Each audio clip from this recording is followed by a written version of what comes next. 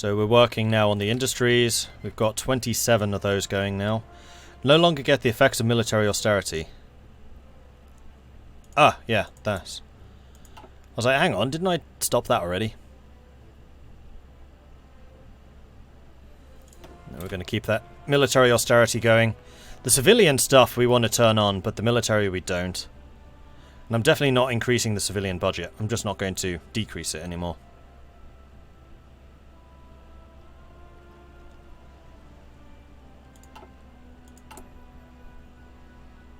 And we're only now using 8% consumer goods. That's so much better. Getting our mechanization up has been a huge help. And as a result, we're actually building a ton of stuff really quickly. Thank you, crazy good 49% construction speed.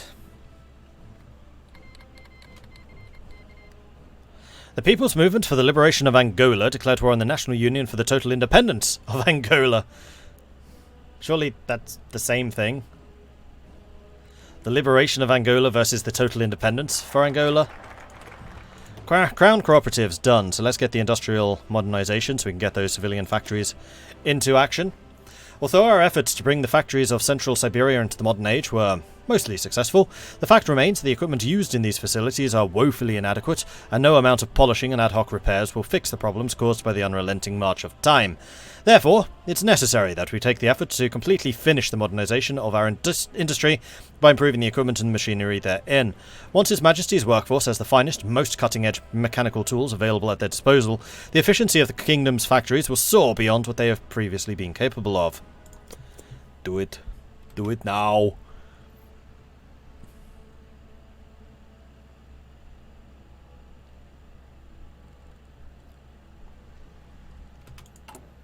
Oh, no, nothing's become available. How are we doing? 67. 2 more years until prepare for war. 2 years remaining. And we are still 3 billion behind in terms of the curve. Our expenditure is going up and up. Well, actually the deficit's staying relatively stable at 5.4, but that's actually kind of bad. I hope that building all of these industries is contributing to the GDP. I'm really hoping it is. Because we're building a lot of stuff.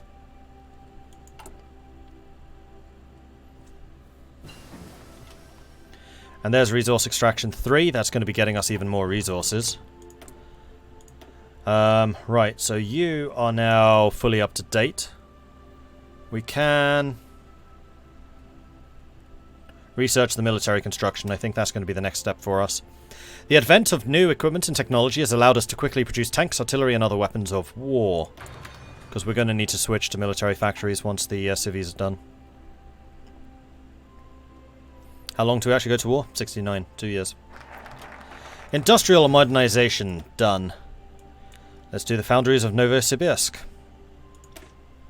The Siberian plan dragged Siberia kicking and screaming into the modern age, and as a result it was transformed into Russia's industrial heartland virtually overnight. Nowhere can the effects of this ambitious undertaking be seen more clearly than in Novosibirsk, which was the city that was mostly profoundly affected by the industrialization of the region. The numerous foundries and factories of Novosibirsk were unfortunately left to rot under the corrupt Siloviki government that came to control the city. Now that the city is in Rurik's hands, the situation must change. The factories of Novosibirsk must be running again, and the city must reclaim its place as the industrial capital of Siberia. So horizontal industrial organization is done. So now we can get the horizontal industrial organization 3, which will allow us to get even more factories in the state. Modern industry shall dominate our nation. Where once there was nothing but wilderness and empty space, new factories shall spring up as a source of prosperity and the people will flock to them. And now we can get a third project going at once.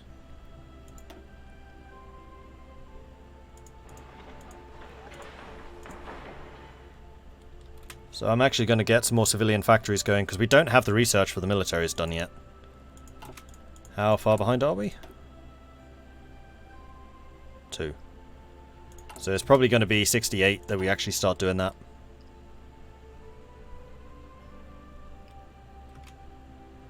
And any decisions? No. We're charging ahead in terms of political power now. We may actually start getting a surplus, shock horror. So how is our industry now compared to the Divine Mandate, I wonder? I have a feeling significantly stronger. They've got 39 factories to my 63. Oh no, 43 to my 63. So we got 20 factories more than they now. And militarily, they have 20 divisions, we have 20, 30, 31. Yeah, we're quite a bit stronger. Air Force? None. We have an Air Force, they don't. Good. Yeah, industrial power is growing, and it's growing quickly. I do wish I knew whether... Oh, no. Yeah, our okay, annual GDP growth is up to 9.4%. Yes, building factories and building up your resources definitely contributes to growth. We're growing at 9.4 and we're paying an interest of 8. We're now growing 1.4% faster. Deficit's going down, 5.3. My economic reforms are working! I can do economics! Haha! The foundries of Novosibirsk.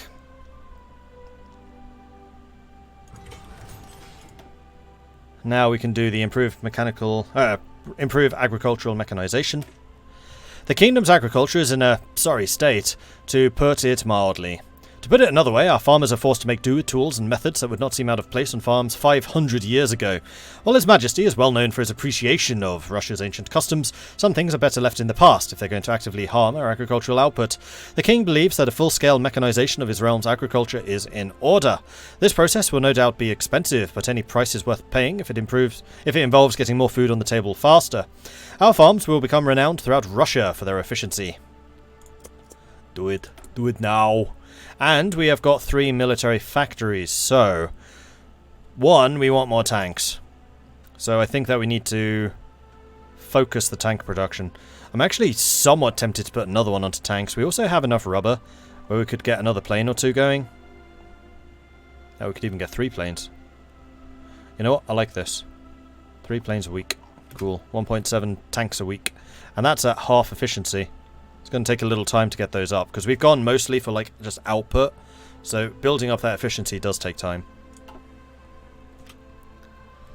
Yeah, that's another thing that we should probably look to research. I mean, yeah, we have yaks in...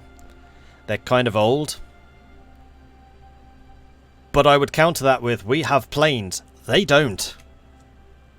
It's not like we're up against a super modern air force.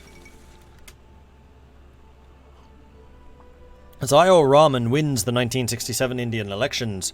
Today, amongst the accusations of voter harassment and conspiracy against India, Ziaur Rahman and the Mutki Bahini have won the 1967 annual elections in the Azad Hind government. A leader of the Bengali nationalism, Rahman won on his popular platform of supporting the total dissolution of the Azad Hind by 1970, to be replaced with states representing the minorities of the Biharis, the Bengalis and the Assamese. Rahman's election has been welcomed with the support of the OFN and the Republic of India, while being condemned by the sphere and its allies. Whether or not Rahman's goals can be achieved shall be seen. So India is about to be fragmented? That's going to be interesting.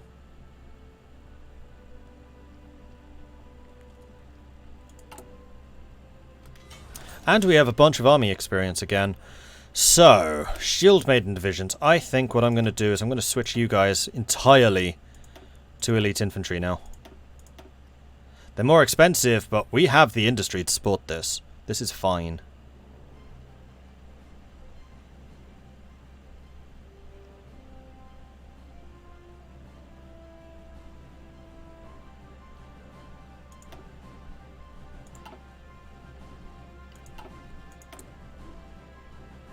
And we have some free factories again.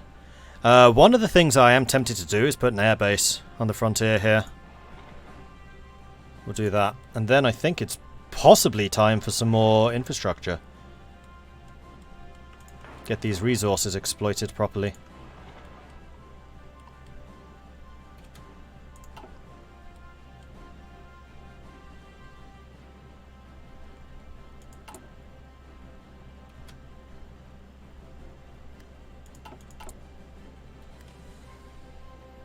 $5.3 billion US. Come on, I can beat this.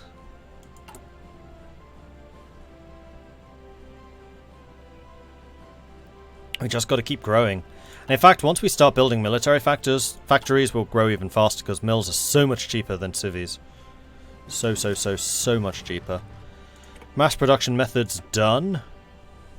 That was here. So we'll now do the mass production methods too, which will give us another 15% output. By improving mass production systems, we can accommodate more than one assembly line at once. We can increase the pace through which we produce industrial goods and ensuring their standard quality. Do it.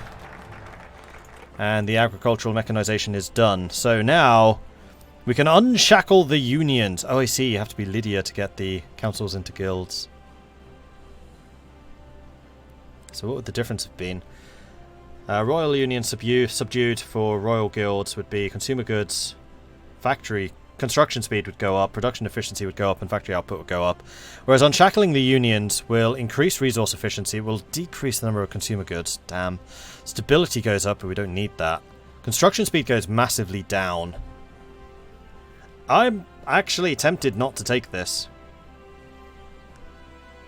because this is reducing my production and also increasing the number of consumer goods factories I need. And it's reducing my factory output. Oh, but it's reducing the poverty. And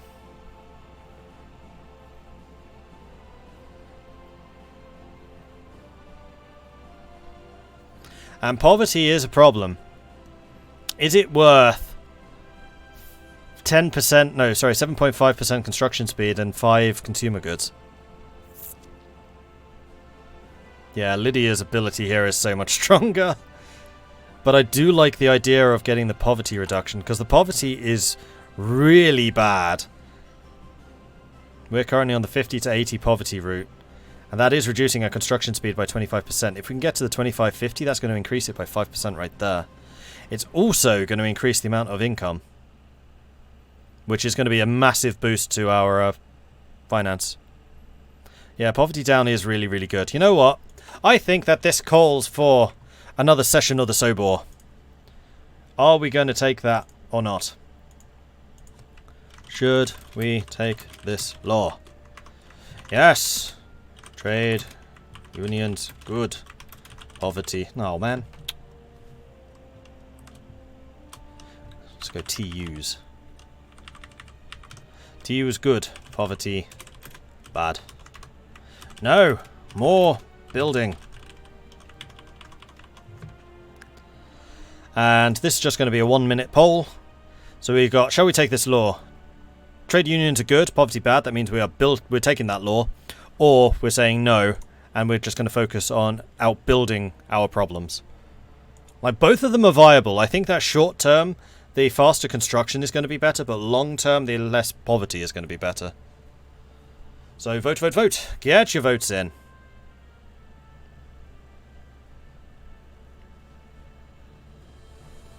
And yeah, industrial expertise will increase our industrial efficiency. Although we've already got really good stuff here. So this is going to be production efficiency gain minus 15. Actually, if we get to experienced, we're going to be really modern. I don't think we're that far off. 155 out of 240. We're more than halfway. And how are we doing on the poverty stuff? We are more than halfway there as well. So get your votes in. Vote, vote, vote. TU's good, poverty bad, or do we need more building?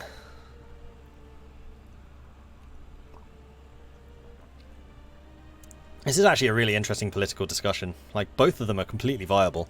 So, no, we need more buildings! Came in with 40%. However, trade unions good, poverty bad did win, and Sindrin contributed 28,000 channel points. So Sindrin feeling really quite strongly in one of those directions. So yes, we are going to unshackle the unions. As the issue of workers' rights in the kingdom continues to surface, His Majesty has considered taking another large step towards creating a better environment for his loyal workers. The royal unions, already established as a way to ensure the workers are not being taken advantage of while still maintaining royal oversight, are to be expanded far beyond their original capabilities. With the proposed reforms, the royal unions will be granted a great deal of freedom to run their affairs as they see fit, without too much interference from the crown. With far fewer bureaucratic obstacles in their path, the king hopes that the unions will become more effective in their duties for the workers of the realm.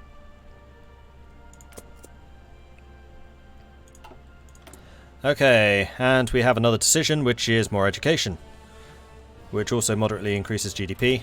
Do it. Do it. Do it now. How's this doing? 5.38 billion. That's not changing.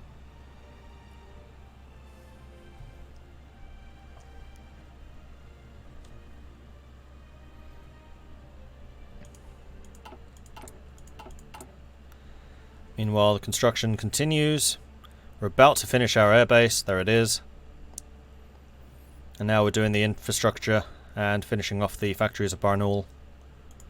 So how close are we with the military construction? Is it just 2 that we're waiting for? It is.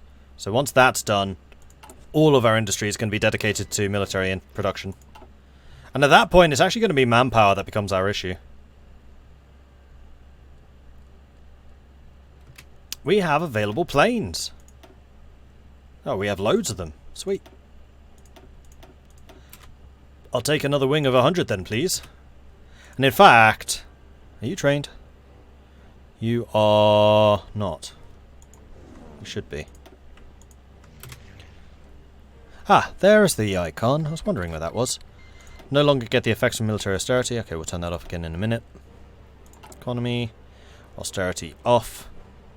Unfortunately, our military spending is really quite low. It really is the civilian spending that's so expensive. Alright, unions have been unshackled. Break the chains! Oh, wait, wrong game. Alright, time to start looking over here. We can go for the army of the Rus or the Rurik II diplomacy.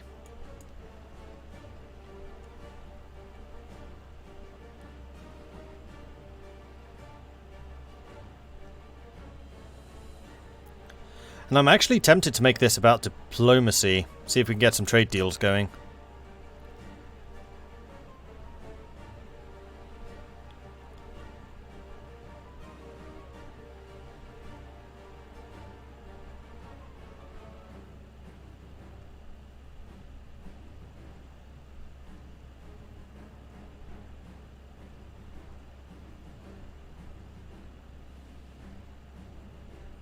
Yeah, I think so. Although Pride of the King would be amazing. Experienced soldier losses minus 15%. That's like free field hospitals. Rurik II diplomacy. Despite being very much in dire straits a few years ago, a glorious principality has grown to become the preeminent power in central Siberia, and it can no longer be considered a petty warlord state by any sensible person.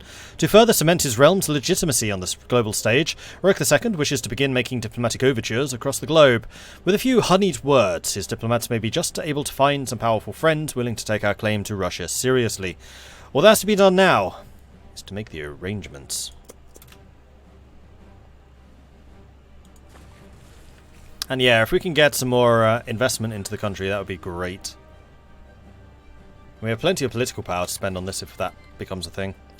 Unshackling declared war on the Popular Republic of Congo and Congolese Republic and the autonomous states of Sud Kasai. So Congo is having a civil war.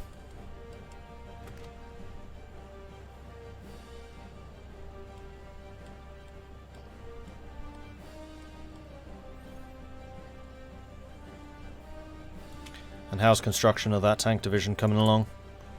You've got to be mostly equipped. Yeah, you are. 80 more main battle tanks needed. It's got 93% of the gear required. Oh, and in fact, I want you to have just one copy. Thank you. And then Boris gets to play with another tank. The almighty dollar definitely sounds like good business. Well, we don't use dollars, we use something else. What were they called?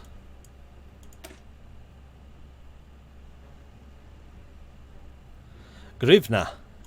We use Grivna here. Remember, we did change our economy.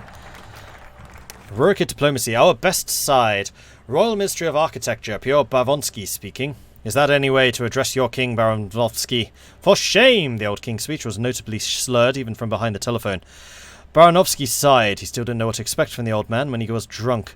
I apologize, your grace. What do you require of me? Let me ask you a question, Baranovsky.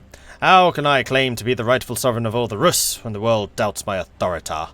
The great leaders of the world look at me though I was a crazy old man playing dress-up. A monarch of my prestige does not deserve to be treated this way. With all due respect, my liege, don't you think you've had more important things to worry about than our image? There was a pause. Baranovsky briefly wondered if he'd gotten his place. Not nonsense, Peter. We're going to settle this. You and me. You and I? What? Indeed, Peter. You are now head of my new Ministry of Foreign Affairs. I already have a few suitable candidates to serve as our ambassadors. I expect you to put them to work post-haste. But wait, With a sudden click, the conversation was brought to an abrupt halt. Baranovsky was left at a loss for words, the phone still pressed to his ear. Time to make an impression. Yes, the Royal Architect. Perfect choice for our head of the Foreign Affairs. Alright, let's send overtures to Washington. Although the Zaibatsu investment might be even better. Oh, wait, is Japan still having a depression? That might be a better opportunity for us. Let's go for Japan first, plus we were buying rubber from them. Although the Japanese were partly responsible for Russia's total humiliation in the Second World War, we cannot deny that the opening relations to the premier economic powerhouse of the East could perhaps be of great benefit to our young nation. Perhaps it would be best for us to put our past grievances behind us and reach out with good intentions. Royal envoys are to be dispatched to Tokyo to begin making important diplomatic overtures in the Sunrise Kingdom, and with luck they'll be able to convince the Japanese that Rurik II is a man to be taken seriously. From there, lucrative economic deals should potentially be forged to help bring the Principality's economy into the global economy. And you know what, as part of this, we will start buying our rubber from Japan again. As a gesture of our goodwill, of course. Research finished.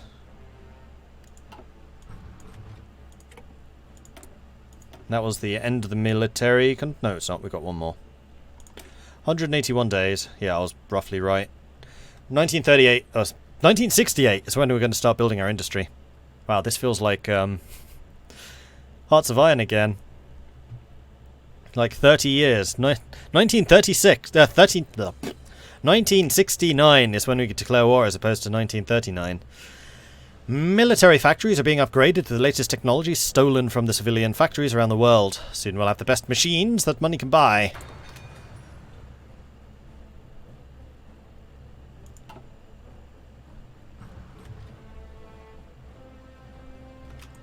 And we have another upgrade we can do. We can do the developmental subsidies. Yes, please. This is one of my favourite ones. 8 more building slots, 4 more infrastructure, and also a moderate increase to GDP. Oh, go on then, if you insist. 9.4. I want to hit 10%. I must have more building.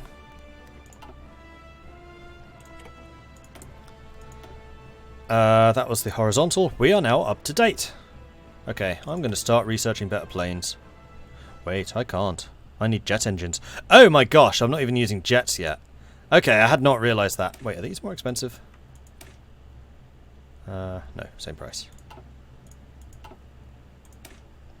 Developed by the waning days of the Second World War, jet engines operate by mixing super compressed air with highly reactive jet fuel, igniting the mixture and expelling the highly energetic gases from the exhaust, generating far more thrust than conventional turbine aircraft.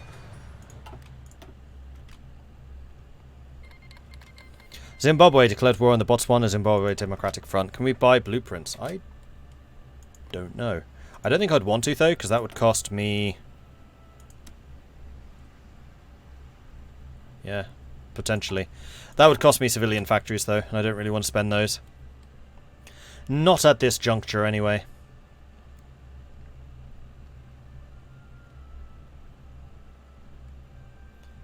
"72 factories.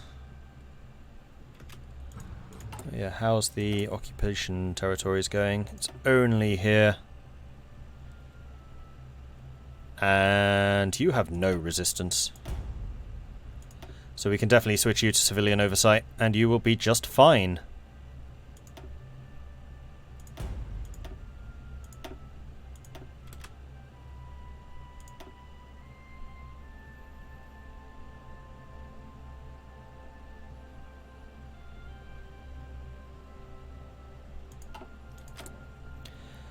We've got a bunch of them. So welfare will be... Poverty rate will increase. Yes, please.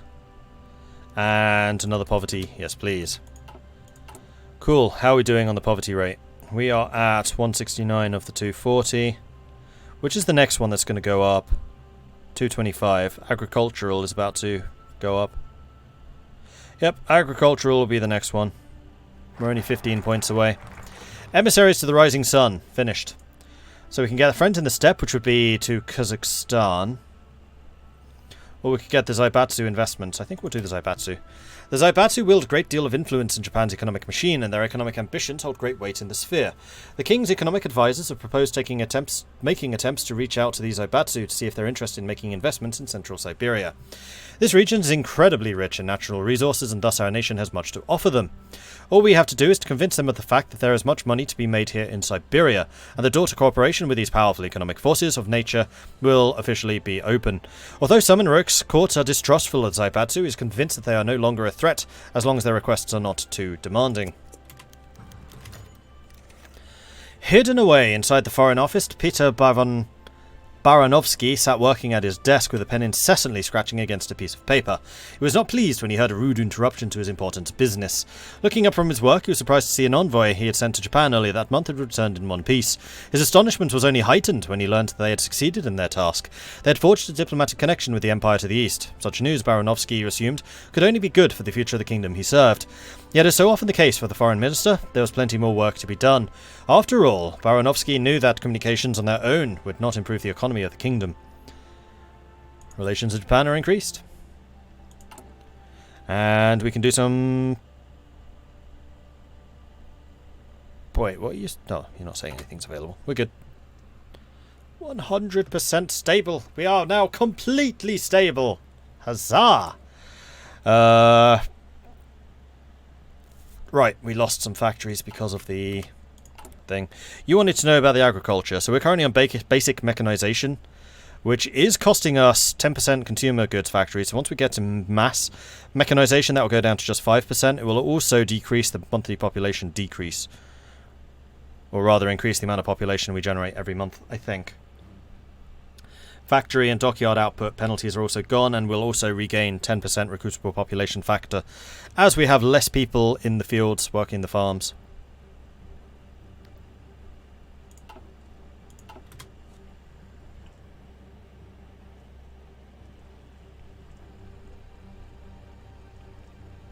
Attaching a jet to a longship. Yeah, how else are we going to fly? We're flying through the sea of the sky. And we're also going to encourage agricultural mechanization. We're going to keep on investing very deeply in all of that stuff, although we are now 4 billion behind. GDP is still 9.4.